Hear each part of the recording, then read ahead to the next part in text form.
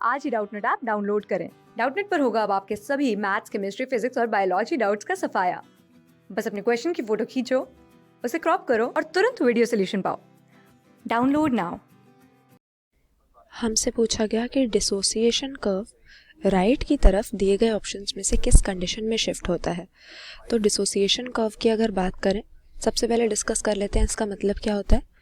ये असल में एक तरह का ग्राफ होता है जिसको हम प्लॉट करते हैं PO2 यानी ऑक्सीजन के पार्शियल प्रेशर के, और दूसरी चीज़ अपने हीमोग्लोबिन की परसेंट सैचुरेशन के बीच में। इस तरह का ग्राफ बनाने पर हमें एक कैरेक्टरिस्टिक सिग्मॉइड शेप का कर्व मिलता है और इसी को हम ऑक्सीजन डिसोसिएशन कर्व कहते हैं। ये तो हमें मालूम ही है कि हीमोग्लोबिन हमारी बॉडी में पाया जाने वाला रेस्पिरेटरी पिगमेंट है जो कि हमारे ब्लड में, हमारे RBCs के अंदर ऑक्सीजन को कैरी करने का काम करता है। तो हम कह सकते हैं कि ऑक्सीजन के साथ ये रिवर्सिबली बाइंड कर सकता है। ऑक्सीजन के साथ बाइंड करने के लिए इसके पास एबिलिटी होती है, अफिनिटी होती है, और हीमोग्लोबिन ऑक्सीजन के साथ जब कंबाइन हो जाता है तो हमें ऑक्सी हीमोग्लोबिन नाम का एक कॉम्प्लेक्स मिलता है जो कि हमारे बॉडी टिश्यूज तक हमारे ब्लड में ऑक्सीजन को कैरी करके लेके जाता है। और बॉडी टिश्यूज को क्योंकि ऑक्सीजन की ज़रूरत है तो यहाँ पर जाकर डिसोसिएट होकर ये हीमोग्लोबिन ऑक्सीजन को वहाँ पर डिलीवर कर देता है।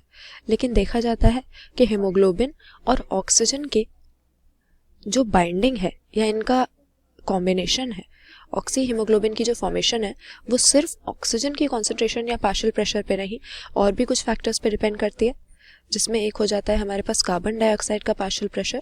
ऑक्सी हीमोग्लोबिन अगर हमें बनाना है, अगर ऑक्सीजन को हीमोग्लोबिन के साथ बाइंड कराना है तो कार्बन डाइऑक्साइड की कॉन्सेंट्रेशन भी कम होनी चाहिए। इसके साथ ही साथ हाइड्रोजन आयंस की कॉन्सेंट्रेशन भी लो होनी चाहिए, और टेम्परेचर हमारे पास अगेन लो होना चाहिए। तो PO2 ज़्यादा और बाकी ये तीनों फैक्टर्स लो जब होंगे तब ऑक्सी हीमोग्लोबिन की फॉर्मेशन ज़्यादा होगी। तो यहाँ पर राइट की तरफ जब कर्व शिफ्ट कर रहा है तो इसका मतलब है कि कम सैचुरेशन यहाँ पर हीमोग्लोबिन की हो रही है, या हम कह सकते हैं ऑक्सी हीमोग्लोबिन डिसोसिएट हो रहा है। और अगर लेफ्ट की तरफ शिफ्ट करता है तो यानी ऑक्सी हीमोग्लोबिन बन रहा है। तो राइट की तरफ शिफ्ट करने की यहाँ पे बात हो रही है, यानी ऑक्सी हीमोग्लोबिन का ब्रेकडाउन कब होगा। ऐसे कौन सा फैक्टर है दिए गए ऑप्शंस में से जो हीमोग्लोबिन को ऑक्सीजन के साथ बाइंड करने से रोकेगा। तो अगर अपने ऑप्शंस को देखें, पहला हमें दिया है कि CO2 की कॉन्सेंट्रेशन घट जाए। तो हमने देखा था कि लो PCO2 तो ऑक्सी हीमोग्लोबिन की फॉर्मेशन करवाता है, ना कि इन्हें अलग अलग करता है। तो ये हमारा आंसर होगा नहीं। CO2 कॉन्सेंट्रेशन इंक्रीज यहाँ पे करेक्ट आंसर हमारा हो जाएगा, क्योंकि कार्बन डाइऑक्साइड की कॉन्सेंट्रेशन हमें कम से कम चाहिए अगर ऑक्सी हीमोग्लोबिन बनवाना है। लेकिन अगर राइट की तरफ हमें डिसोसिएशन कर्व शिफ्ट करना है तो PCO2 या कार्बन डाइऑक्साइड कॉन्सेंट्रेशन हमें बढ़ा देनी चाहिए। उसी तरह से लिखा है O2 कॉन्सेंट्रेशन इंक्रीजेस। अब ऑक्सीजन अगर ज़्यादा होगा तो ऑब्वियस सी बात है कि ऑक्सी हीमोग्लोबिन ज़्यादा बनेगा। और Cl- आयंस इतना इम्पॉर्टेंट फैक्टर नहीं होते हैं। मेन फैक्टर हमारा O2, CO2 और हाइड्रोजन आयंस ही होते हैं।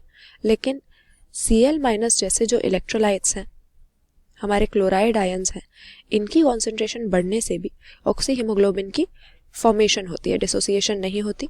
तो करेक्ट आंसर ऑप्शन बी कर देंगे। कार्बन डाइऑक्साइड कॉन्सेंट्रेशन या PCO2 अगर बढ़ता है तो डिसोसिएशन कर्व राइट की तरफ शिफ्ट होगा, यानी ऑक्सी हीमोग्लोबिन की फॉर्मेशन कम होगी, हीमोग्लोबिन की सैचुरेशन कम होगी।